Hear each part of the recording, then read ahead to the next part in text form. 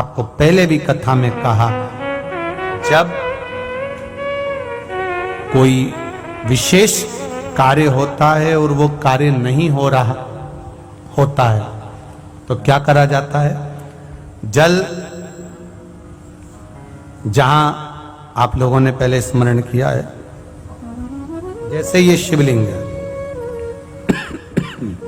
ये जलाधारी है, ये जल यहां से गिर रहा है वो स्थान।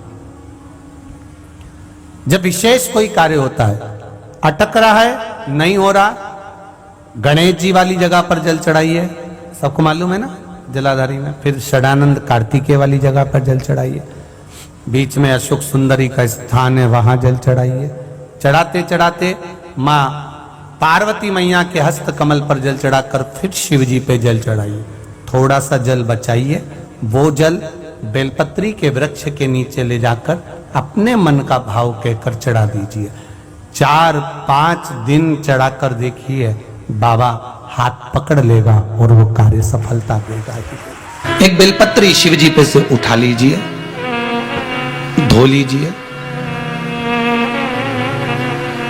आपकी कोई कामना है, आपका कोई भाव है, आपके हृदय की कोई बात है जो बहुत दिनों से लगे हुए हो और बाबा हो सकता है कि किसी कारणवश पूर्ण ना हो रहा हो। कई लोग कह भी देते हैं गुरुदेव, कोई कहते हैं, अब जैसे आज कोई कह रही थी बच्ची की मैंने शिव महापुराण में पशुपति व्रत सुना और उसको करा, उसका लाभ मुझे मिला।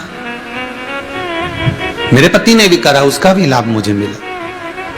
पर एक काम गुरुदेव ऐसा अटका हुआ है कि वो काम हम करना चाह रहे हैं, व्रत भी कर लिया, अनुष्ठान भी कर लिया, पर फिर भी वो व्रत के कारणवश भी वो कार्य नहीं हो रहा। तो समझना कि कोई कार्य बड़ा भारी होगा और बाबा उसको कर नहीं रहा है, या कोई काम अटक रहा है। तो हमने पहले भी कहा, ये बीच की जो पत्ती है ये देव अधिदेव महादेव है, ये ब्रह्मा, ये विष्णु है। इन दोनों पत्ती के मिलन से लेकर इस पत्ती के बीच की जो डंडी है, ये नीचे की डंडी का वर्णन नहीं कर रहे हैं, इन दोनों पत्तियों के बीच में जो डंडी है बची हुई, जो तीनों के बीच में एक डंडी का जो भाव है, ये माता जगत जननी जगदम्बा माता पार्वती है। इस डंडी के नीचे का जितना भाग है ये 33 कोटि देवताओं को दर्शाता है।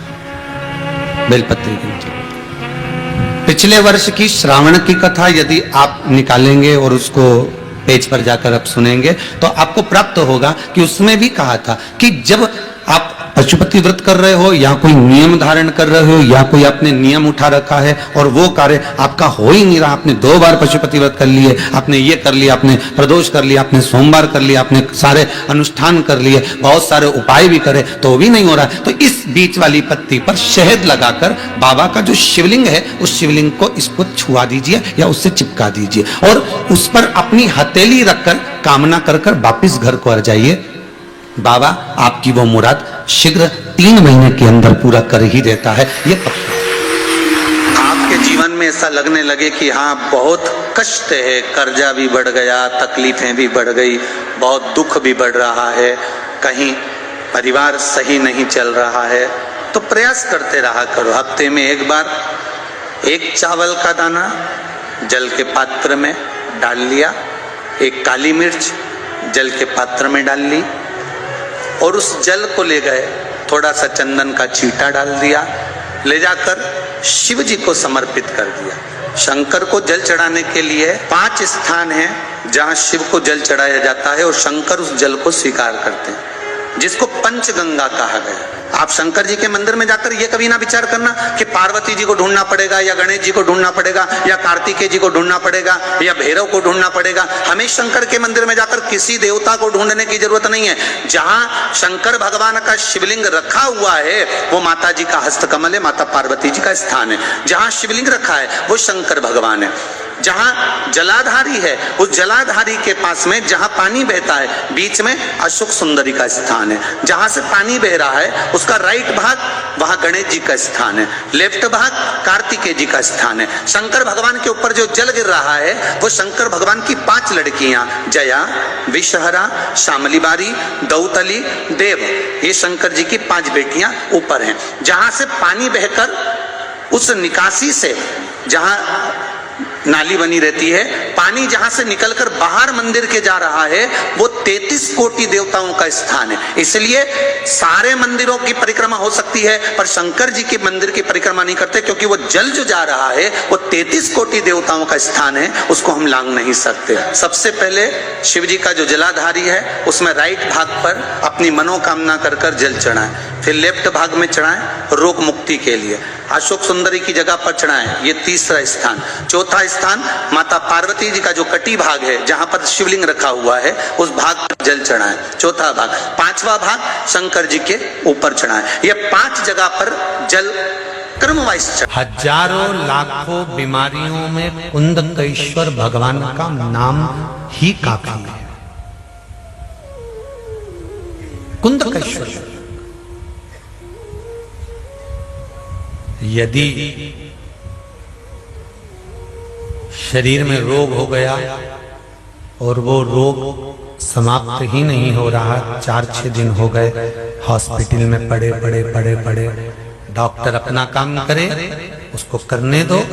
आप एक बेलपत्री का पत्ता लेकर अशोक सुंदरी वाली जगह पर, ये डंडी जहां से पानी बहता है उस ओर हो, और ये पत्ता अशोक सुंदरी वाली जगह पर इस तरह से रखकर उसके ऊपर कुंदकेश्वर महादेव के नाम से जल चढ़ाकर एक अंजलि में थोड़ा सा जल लाकर उस रोग ग्रस्त व्यक्ति को मात्र आचमन करा दो, और आचमन भी नहीं कराओ तो उसके मस्तक पर उस जल को मात्र लगा दीजिए। ज्यादा से ज्यादा 8 घंटे 9 घंटे लगेंगे और वो धीरे धीरे ठीक होना प्रारंभ हो जाएगा।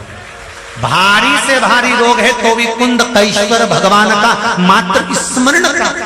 कई लोग कहते हैं गुरुजी पशुपति व्रत क्या हम घर में कर सकते? मना नहीं है, पर दिक्कत केवल इतनी सी है कि वो दिया लगाने कहां जाओ, कौन से नंबर का दिया? बोलो जम के। 6ठे नंबर का जो दिया, 5 दिया तो तुम घर के अंदर लगा दोगे, पर वो 6ठा दिया दरवाजे पे लगाने कहां जाओगे? दिक्कत वहां आई। इसलिए पशुपति व्रत मंदिर में जाकर किया जाता है।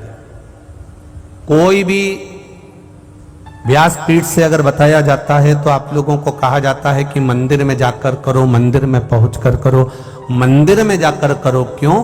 क्योंकि घर में जो शिवलिंग होता है उसकी आराधना, उसकी पूजन केवल आप अकेले करते हो या घर के लोग करते हैं, पर मंदिर में जो शिवलिंग रहता है उसकी आराधना कोई किस भाव से आ रहा है, कोई किस भाव से आ रहा है, उसकी आराधना वो उस भाव से करता है। इसलिए मंदिर के शिवलिंग का जो तपबल है, हमारे यहाँ कहते हैं कि मंदिर का शिवलिंग, फिर वन का शिवलिंग, नदी के तट का शिवलिंग। जैसे अभी आपको कहा कि भजन का बल कंजरी में कर रहे हो, फिर राम मंदिर के अंदर बैठकर कर रहे हो, फिर राम मंदिर के बाद में वन में कर रहे हो, वन के बाद में किसी नदी के तट पर कर रहे हो, नदी तालाब के तट के बाद में फिर किसी जंगल में कर रहे हो, जंगल के बाद में किसी वृक्ष के नीचे बैठकर कर रहे हो। उस तपबल का स्थान देखा जाता है कि तपबल किस जगह का। अगर ज्यादा दुख है, संकट बहुत भारी है, इतना बड़ा संकट है कि वो निपट ही नहीं रहा, फिर 1 लोटा जल,